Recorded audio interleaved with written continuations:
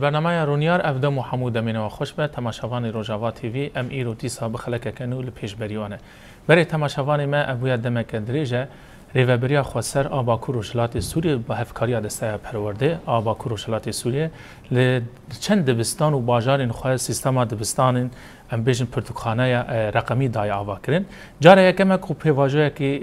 پروژه کی ویرنگی لهریم ما درباس دبه جاره یکم کو خواندکار و ماموسته سیستم کی ویرنگی درباس بنگلو ارمانجا و پروژه ما یا کوج عالی ریوبریا خوسر هاتیل درخستن و دسته پرورده چیه حتی آنها چه آستانگیل پیش بریوان در کتنه کو جاره یکم لهریم ما پکته امیوان پرسان هون پرسین خویدنه به میوان خوین استودیوه میوان ما ماموسته دلوان خلیل اندام پرتوخانه رقمی تبخیر هاتی ماموسته بس مید خیری صاحب ماموسته دلوان کیف خوش بونت می بوی میوانی خلق من بخوازن تماشاوان خورم بحثا و سیستم خو بکن پروژه کو پرتوخانه رقمی جماری جی مرودکان بدن ناف کردن لهری ما جاره کم هاتی دست بکردن اف پروژه چه هاتی دست بکردن دسری دم سپاسیات کن سروی دفتر درفتا گوش مرا چکری ام پروژه خو یا پرتوخانه رقمی انجی جماری ام پیشکشی گلن با پروژلات سوریه بکن دسری دراسی لگوری پیشکتنا جهانی پیشکتنا تکنولوژی اف تشتاق اف مجارين زانستي يجو بيش دكفن دنياي هل بدفي مروجي الجوري احتياج الجوري يعني تشتاق ناف دستي مدى اف درفتين ناف دستي مدى امجي في تكنولوجيا ربيش بكفن السيرفي اساسي ما بروجا برتوخانه رقمي اف بروجا كا خوندكارين درچونا خوندكارين زانجها اريزونا يا ولاتن يكويبو اف بروجا دما حتى ام بيجن طرح كرن يعني جو تو بيج كرن السيرفي اساسي بروجا بيشكت ام بيجن هفسروكين زانينجه بيرابون بشكيري دانا في بروجي السيرفي اساسي اف بروجا جبو حمي جهاني بلاف كرن ويكجي امبونجي يعني يا امجي في مجارده حاضر بون 2021 ده جارای که ریفبریا خوسرا با کروجلات سوریه به ریفبریا زانینگهره آریزونا هفدیتن چیبو جبو کوه پروژه با کروجلات سوریه بلاف بکن و جبو سوده بگهنه خوندکاری ما هفدیتنا که چیبو جبو هر سی زمانه فرمی با کروجلات سوریه پیدا خفن زمان کردی عربی سریانی السروی اساسی پروژه پیش کرد باشا مامسا محمد مامسا دلوفان بوبرا از خوازم وی هکیش تا پرس بکم یعنی وکا نافی ویجی جانا ده ناف دبستاني مدى تبين جانا مع مستند بيجن كو بعربي جاجي الصفوف الرقميه او مكتب الرقميه بكردي جويد بيجن برتوخانه جمارين الكترونيك جي لاتيني وكاجرتي قلت يعني اف ناف يتشتار راست كوجبو بي كارانين قال وكا رفا ينجي برتوخانه ون جيرن بيجن نهال سيرفي مجاري ام بيجن ها برتوخانه اي تقليدي هنا بيجن برتوخانه هيك هري برتوك تدهنا بيجن منهاجه برتوكي زانستينا اي ويجينا اف مجارد به برتوخانه او جي عيني تيجينا اما برتوخانه الكترونيه حمو بتكنولوجيا راه تي بيشكتن حمو سر ام بيجن تابلتان تليفوني بيشكتي السيرفي اساسي ام وي برتوخانه دور دبين ايوه بويد ناسكر باش اف بروجي هاني دما و تاجوج و 2020 ددان دس فكري يكا باش او سيستما كون بحث دكن ما مصحتانها باش هاتيه يعني رونشكاندن سيستما خو باش مشيايه هاد دفم جارده وكما قلتي ما بردوام نكر 2020 كان ده هفديتين تشيبون كو اف بروجا الباكروجلات سوريا بري اف هفديتين لفرت تشيبون هري مامه نا اف هفديتين لباجار تنبي لولاتين يكبوي زانجها اريزونا بتايبتي اف هفديتين تشيبون برارف بريا خو سرده و هفسروكاتيا وكما قلتي زانينجي السيرفي اساسي اريكرن تشيبو كو اف بروجا وري براف كرن بهو كمان يصير زمان بهرسي زمان كردي عربي سورياني السيرفي اساسي ده نيسان 2023 ده شانده كما وقت دستيا برودي وفركرنيا بكروجلات سوري ما وكان بيجن كارجه كار هفتيه كي شو زانينجه ولاتين يكوي السيرفي اساسي سر سي خالان ام بيجن لفكرن يعني ام بيجن ريبازين كو برتوخانه سرته مشاندن یا یکم جی آماده کردن پرتوخانه الکترونیک چاوا بچرنگی چاوا پی دکه چاوا تیپ کارانی یا دو ام بیشن شوپاندن چاوا شوپاندن پاشی گو او شاندام وگره ام بستانی خو بلاف کن شوپانا و پرتوخانه بچرنگی تکرن مامسا ام بین و اف پروژه خواج 2021 ده دای دست پیکرنه یعنی دما کون چون هفدیتن جی پیک آنی جبو پیک آنی ناویل هریم باکور و شلات سوریه یعنی راسیش سیستم که نویه الپیش بری و درکتی حتان ها امتکانم بیشن 2021 حتان ها اف سیستم هاتی رونشگاندنه نهو کمانی سر زمان 21 ده نل باکور جلات سوریه هات بلاف کرن اما هفدیتن چی بو جبو اری کرنی جبو اری کرنا وی پروژه و کمانی سر زمان هر سی زمانی فرمی باکور جلات سوریه کردی عربی سریانی لسر وی اساسی اری کرن هات کرن ده 2000 نیسان 2023 ده بتایبتی شانداما یا دستیا پرورده فرکرنه چو زانینگها آریزونا یا ولاتن یکوی سرویا سای سرسی خالان اف پروژه او کم بیشن کارگاه کار بو هفتی که لورمان دوی هفتی دل سرسی خالان لف کرن خالای که چاوا پرتوخانه چیه چپکتی چاوا تی بکارانی آگاهی هندروی دچنه یا دوی ما بیشن جهاتین کو خندکاری ما بیشن آواکرنا جهاتین خندکاران و آواکرنا جهاتین پروردکاران یعنی چاوا پروردکاران پرورده بکن سروی پرتوخانه چاوا پیش بکوه یعنی چاوا ماموسته ما وی کاربن وی پرتوخانه بکاربین و یا سیام بیشن شوپاندن نرخانه پروژه بو یعنی وی شوپاندن بچرنگی به جبرگو بریان ها ام بیشن اف پروژه لهشت ولاتان دنیای بلاف بویا و خندکار لسری دبن لسر راپرسینن کو جوا هاتی کرن لسر وی اساسی جمره جهات شروع کردن جبو ام وی پروژه پیش بخ يعني ال سيستم بيجن برتقانه رقمي اگر ام بيجن سر اسا جهاني ده هشت دولتين پیشکتی هاتیا پیش خستنه باشه ما مستراسیجی دما و او شاندا کو چو هات جی و نیسان 2023 تا بحث کرد و دما او گروپ هات و تکس پرورده کردن لوی هریما مجبو کو او جی لباجاری خوب جیبینه بله راسته دما شاندا مفگریا 2023 ده بری گود بستانه ما مزان دبستان ایلون لدت نفکرن بری دبستانا شست ماموستا هاتنا پرورده کرن و شست ماموستاش همو باجاران بون یان و ام بیشن شست ماموستا سه کانتون بون ما برفرح کرن من دخست هر سیل بینا کم بیشن الکانتونه که تنبن بتایبتی الکانتونا جزیره و باجاره رقا و باجاره کوبانی مدبستان ور شست ماموستا مثل پرتوخانه پرورده کرن باشه مامسا دلوان و چاوا قوناغ خواه کم یعنی پشتی هفدیتین و پرورده و ماموسته جی دست بکرن تا آنی سر زمان که و شست ماموسته لهر سر کانتونین حریم ما و کوم کرن دا که اوجه بکاربن گاو لحریم خواه اف سیستما پرتوخانه پیک بینه یعنی قوناغ و کم بچه آوی و دست بکریه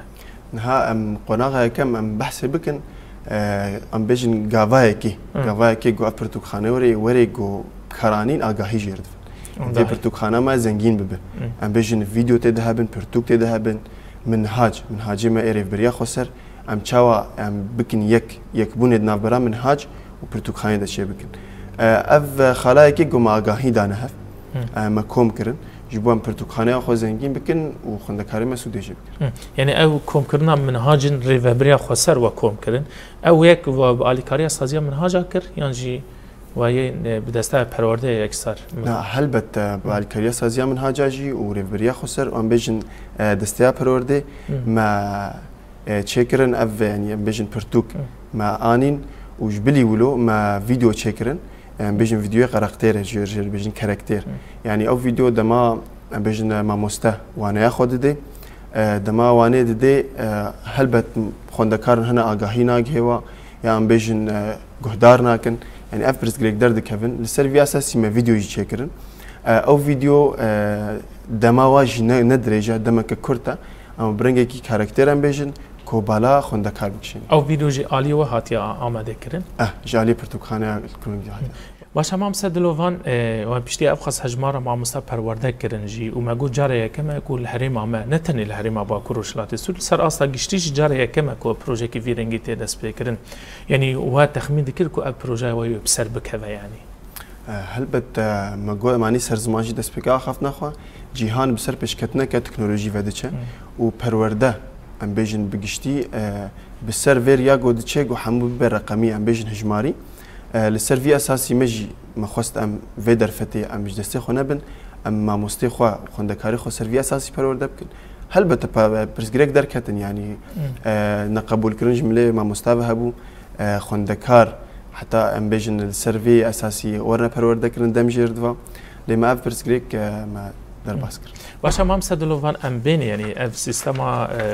دبستان انجو برتقانه رقمي ماغو سيستم كنويا وتاغو هنكي ناراضي بونج ما مستوى خوندكارن جي بيكا يعني جبور راستيجي قالك الجور ماجي تماشا كرن ماجي اللي تماشا تكون دنرنجي هنك اصلا بكار اني ناوي هي ما مستهينجي تام تيننج هشنا تشاوا بدن فهم كرن يعني جبوكو تماشافاني ماجي باش في سيستما بيجن برتقانه رقمي فهمكم افد برتقانه رقمي شبيكته يعني تشاوا تبكار انيجي تمام ها برنجي كي زانستي امي برتقانه شيروفا بكن ام بيجن راست جبو تماشافانا جبو ام بيجن ملته مناسبكي برتقانه يك جي تابلوكا انرجيا روكي بيكتي جبرجو افناكيان بيجن انرجيا الكتريكيه ديدا دهندره ويدا بيجن وشينر هيا وشينر اديتور يرد بيجن بعربي بيجن ناشر او دهندرو دهيا ودهندره ناشر دان بيجن وشينر دا قرطه بيراني هي يعني كرت ذاكره جيرد بيجن او اغاهيا بيجن برتقانه ما او فيديو ما او قرقتري ما او حميد وردنا وتفي ويجي بيلها يعني بيجن بطاري دوي او بطاري انرجيه ددي وتسيرفي اساس تيب كارين ها ام بيجن تشاوا ام كارن بشغلين ام بيبخن ام بجملات الشروفه بكن نها يا سبيكي اف وكا كبسيها من الفيناكي دخن حتى رنجكي سوردر دكفي بشتي جوي سوردر كت ام بيجن ايباد يعني جام بيجن تابلت ديني بيش ياخو تي واي فاي فكي بشتي واي فاي تي هري سبيل جيرد بيجن تي سروي كونكت بكي يعني تي بوصلي نسر تي هري من صفحه الانترنت ام بيجن مجارا انترنت ياكو جوجل دميناكم شروفا دكن دور دا تي بنفيسي ده دوت ده دور دا وتي ليكولين بكي الدور ده واشترى برتقانه مدر كيفكي يعني او برتقانه تشتي دهيا چند بشن تشاوايا ويا هري جرينج مانا اني سرزمانجي اف برتقانه بي انترنت يعني تشتيجو بي انترنت انترنت لازمه يعني انترنت جيرنا لازمه اف ما بستام يا كيجي جابو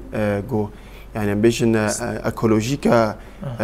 امن بي يعني خوند كاريمرا وج جاليمر يعني جيك يكون انترنت تنجيب كان راحت ويب كاربينه ما مصدمك كويكت برتقانه او جبلي منهاجا او فيديو تبع سكرن تيدا هنا او فيديو تاني قالوا مثلا بيجي جبو زاروكن سرطاينا يا منهاجن سرطاي تاني تاني ياجي حمو منهاج تيدا هنا ها جافا ما كان بيجن قوناخ كو ام في بروشاخو بيش بخن ما بيجن قوناغ امداي تاني اساس ما اساس قرت جبر جوه امداي ام بيجن تمن بيجكي مسترا او جدابوندنا قبنا امداي سرطاي ده كي عملي ده سرطاي نابغو تكنولوجي ورا ام بيجن پروردكرن يا هري راست ام بيجن كو برنگكي البيشا جعب ام بيجن پرتوك به جبر في اساسي ما امداي دا بيش ياخو هلبت بروجي ما بلان سازيا ما بيش هي كو ام اي سرطاي جي بخنا في بروجي دين تاني انا قونغا امداي وغيرتي دست باشه ما مست اف سيستم او يعني سيستم برتقانه رقمي حتى هو چند باجار پیکانیه يعني اگر بخوازن يعني باجار يكون زانين در باس بونه بلکه انا گله کس مثلا ما تماشا بك ببيجين اف يك نگهاشتي باجاري ما للسيستم عمدتنا ها قوناغه كي معني سرزمان جزيره وكوباني ورقه 2024 2025 سالا خوندني ما دو بستاني نو ما خصنا خدمته ده يعني دفي هجماره ده هجماره دبستاني و 5 دبستان ومسر يعني بيجن آگاهیان کو بکهونه پرتقانه دژی ما کار کرد 2024 2025 و جبلی ویدیوهایی ما پرتوک خسته ده جبلی من حاجه میره برای خسر پرتوکین کو خوندکاری ما سودجی بگیرن يعني نهر پرتوکان بیشترم کارن بخنه ده پرتوکین به هر سه زمانه هل ام بیشتر زمانه کردیه عربیه سوریانیه پرتوکین وجهینا دیروکن ام بیشتر ملسر مجارا زانستیجی ما پرکور مالي ليكولين كريا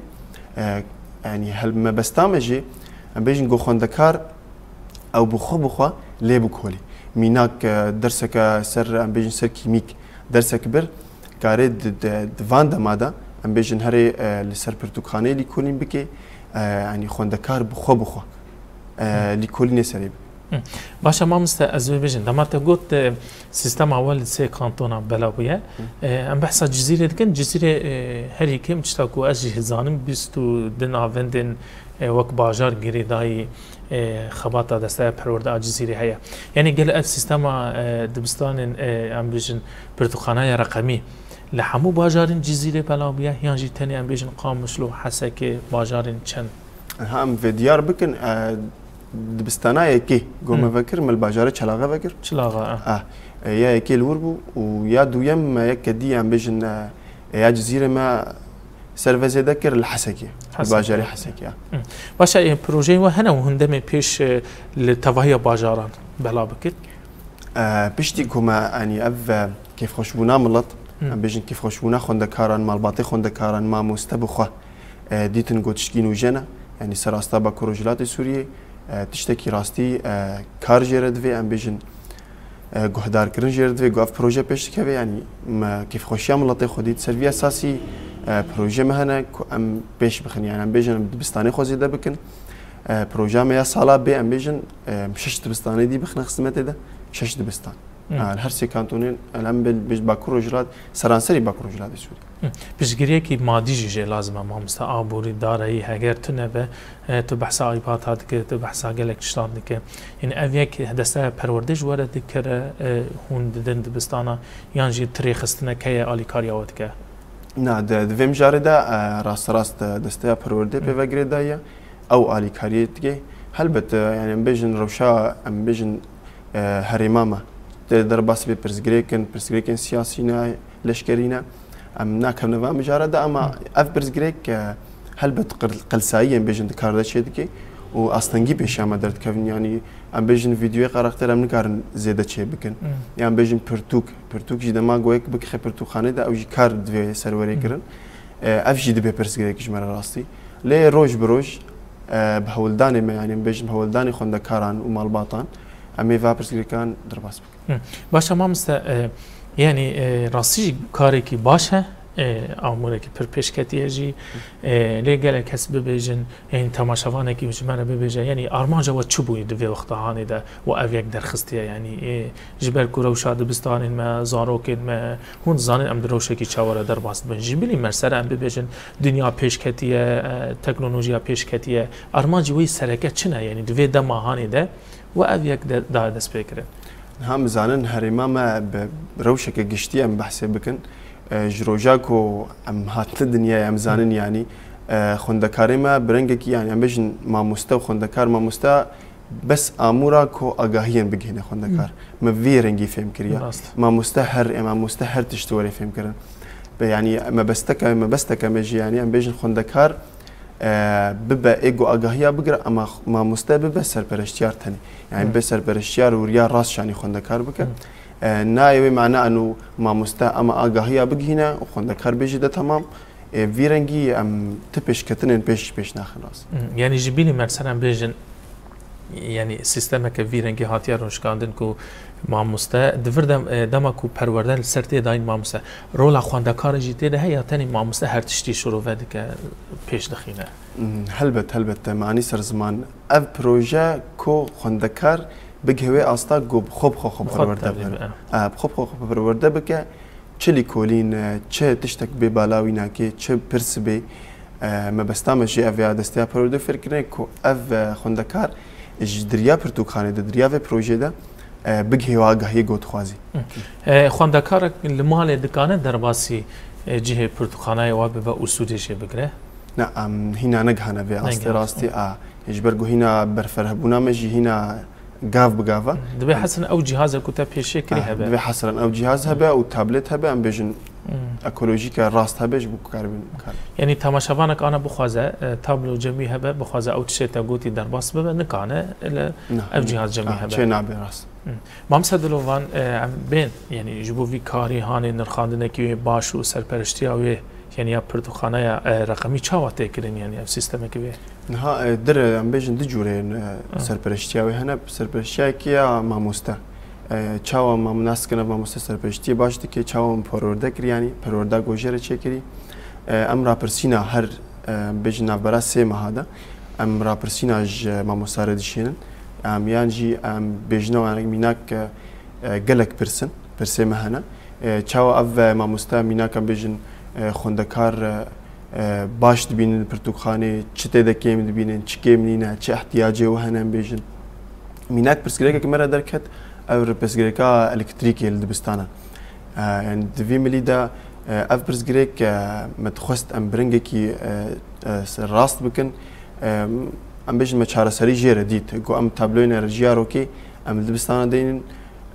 اف جي اف برزجريك ما تشاو ناس كرج بريا فارا برسينا دا دماكم دبستان غريان او سيرفي اساسي باشا مامس دلوفان يعني تشي كاري دمانه تدس بكي زحمتي جير دبيني يعني زحمتي هري بيشيا بو اصدق يعني قال لك زور زحمتي وبيشيا خديد بيك انينا في بروجي ويا ام بيجن برتقانه رقمي تشيه زحمتي هري جرينج يعني بيجني هري بيشيا ما دركتا هولي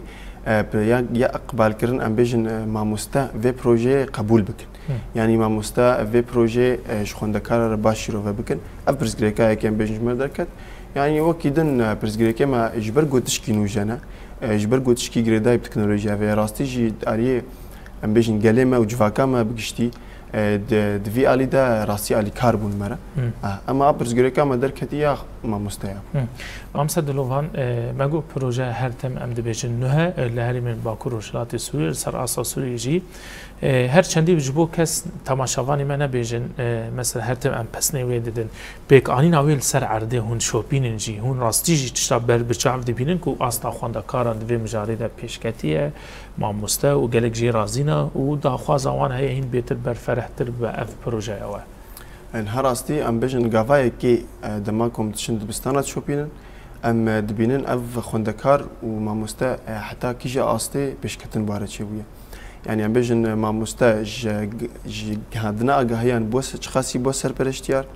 ام بيجن خوندكار حتى خاصتي او ام بيجن او اغاهيغو دمجي ويدا او بخو خبرورده بك او اغاهيغو بخوازي ناس بك حتى كيجي استي خوندكار كاري راستي سروي عرده جيم دقرن ام دخوازن ناس كن اف يعني برزغريكي ام بيجن دزهنيتا ام بيجن خونده كاري مدا ام برزغريكا باش ناس بكن والسروانه كي كار بكن غوف برزغريك نمي باشا ما مستبرسكي وساجانا بالا مروان دكشن جبوب بيك انينا وبكار انينا في بروجيا ما دبا اصلا ما مستهبه يعني وقت مستواك ويا خوندنه اختصاصك جرا بيدن يا هر ما مست دكانه مثلا جرفايه كي حطاني زاني قهد كان في بروجي هاني بكار بينه نا امبيجن تشتكي محدد امبيجن جرين جيرا ناف اما وكا پروردك بتشوك يعني امبيجن سر شروفه بكن تشاوا يعني يبرنجك جلكي حسانه وكا مشروفه كريج تماشاوان راجي يعني بيخستنا ويناكي ليكولين تدا تشاوا بشي خو بگره برنگه کی چه کرنا کو هر بجن هر جهان هر درا جهانه کو کاربن سودجه بگیرن باشه ما مستعدلو و مکانیزما یا در باسکرنا آگاهی اند في پروژه و دا چاوا تکره انها وكم ميكانيزما بارجها كامبيشن هفبش هي نافبرام ما و زانينج هذا زانينج هاريزونا ده السيرفي اساسي ام فيديو اتش دكن الفر ام برتوكين خو هل بدمام فيديو خو تشدكن وبرتوك امبيشن ميكانيزما ك تايبتها كو اف اغاهي ام بخنا برتوك خانه ده او اغاهي تايبت امبيشن او ميكانيزما تايبت ميناك برتوك كبي ام جرد بيجن بعربي كلمات دلاليه يعني بيجن سرنافيوي دما خوندكار سبالي كورين بك يجبو ناس بك يعني جبرغو برتوك خانه برفرها نكاري كويكو بغيري كحتاز بغما مثلا في برتوكيان جي في فيديوي اما بس سرنافي دن في سنه او فيديو جلدت كيف باش يعني هون جوانا ريد كنو ودبينن او جي درباست كان بيوي نكان يعني لا ام جم خو نكار همنا اف استا جم تشينل باش ما مسا اوشان دا اون هو بيره هفكار مثلا زانيغاه امريكايش درفده سرداني وان سر حريم ما تشيبويا مثلا وان بچاوي خوديتي بروجه و چخواس اسيب سركتيه حتى هات شانده وانا هات نجم اما ام بيجن تيكلي تكلي اونلاين هر حفتيها يا هون دي مانجي جوان ريت كل مشهد هلبت ام فيديو صورتها ام بيجن او رابرسيني ما يقول خو ما مستاغوتي منك اف تشجما كيما افولو اف برسغريكا ام فاجي جوار ريدكن جبوكو شوباندنا كا ونرخانك باشوريكر باشه مامسا دلوان جبو راستیجی کو اف پروژه و بصدی صد بسر بکوه یعنی تو که مانسی و در نکوین هگر که مانسی در کوین جی لنه او که مانسین کو باندور ل پیکانینا مشاندنا و پروژه و یا ام بیژن پرتخانه رقمی بکه جبو کو مامستا صدی صد باش بین پرورده کرن و جبر کو مامستا خوانده کارا تکلی یعنی تکلی وان دنا و کاری را پیش دکوین اصلا مامستا جبو کو پیش بکوه و مجارا وده دبشه وده پروژه وده چه قصد دمجه لازم اكو ما مسخوا پرورده بکه هم بيجن استك ديار ما مستر نافه ودمجه من كارن ديار بكن جبرجو ما قلتش يعني اف بروجي ايكولوجيكا جو يعني الجوري هرمي ام بيجن يكا بسقف يعني ام زانج قاسمينا كان بيجن السيرفي اساسي يعني او دماغ ام بيجن ديار بكن لهلبت يعني ما مستن هنا حفتيك بس يوا ام بيجن سر برتقاني ام بيجن برنجي جشتي ما مستن هنا دهروجن حاجه من كارن ديار بكن في مليل باشه اگر ماموساک هات بيجي ماموسا از نکانم از فیر نبوم و جمره زحمت از بکار بینم يعني مجبوره کو ماموسا في بروجي هاني الجمزارو كابجي بكا یا نه دسبكا قوتنا خود جماني سر زمان اف بروجي دماغو ما قوتا ماموستا جياني ام بيجن قلكي كيف خوشيكي اف بروجي ام بيجن بيشوازي كرن اف بروجي سيرفي اساسي ماموستي فيرنجي بيجن ميناكم بيجن اف بروجه استنگیاش خونده کاران شد که ام بیشتر ولو افرنگی اف پرسیکی ولو مرد درباس نبونه حياتنا لأما پرسگریک درد کفن پرسگریکی انو ما مستحتا فیر بکی فیر ببی اف پرتوخانه چاوتی بکارانین اف پرسگریکی ولو مرد باشه دناف آخافتین خون آنی سرزمان کو ده هر ناف سه ماهان هر ناف چند ماهان ده اون وقت استبیانه کی چیرکن وقت پرسنامه کی گشتی دکن درباره وی پروژه و او پرسنامه اینو استبیانه کو هم پرس دکن چه پرس ده هنا ما مست بتایبت ما مستجوار دکن ام بیشن ها پرسا ام بیشن احتیاجی وقت دبستان امور دبستان چجور گرینگه چجور لازمه جبوه پروژه ام بیشن دوام بکی ام بیشن گلک پرسنا پرسکدی ام بیشن چه آگاهی يعني او استبيان او رابرسيني قوم شت كنجي هلبت او ما مستا ام بيجن برس خوندكارن جيت كميناك خوندكارن هنا ام بيجن جهاتيه و او جهاتيه قو بخازن ناس بك او بخازن خبيش بخنت ده ميناك ود برتوخانه دلي كولين بكن نين